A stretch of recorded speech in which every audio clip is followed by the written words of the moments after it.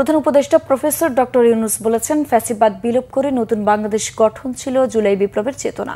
July calendar উদ্বোধন অনুষ্ঠানে একথা বলেন।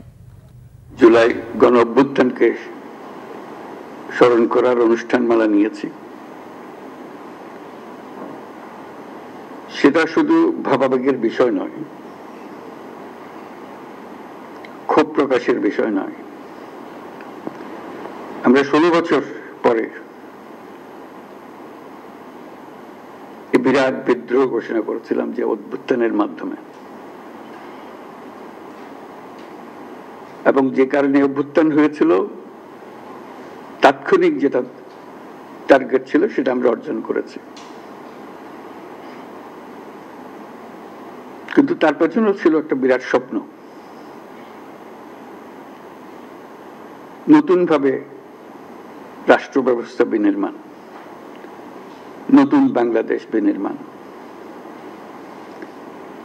আমরা প্রতি বছর এই সময়কালটা উদযাপন করব, যাতে পরবর্তীতে 16 বছর আমাদের অপেক্ষা করতে না হয় আবার এই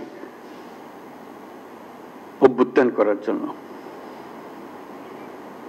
আমরা প্রতি বছর এটা করব, যাতে কোনো স্বৈরাচারের কোনো চিহ্ন দেখা গেলে সেটা তাৎক্ষণিকভাবে আমরা বিনাশ করতে পারি।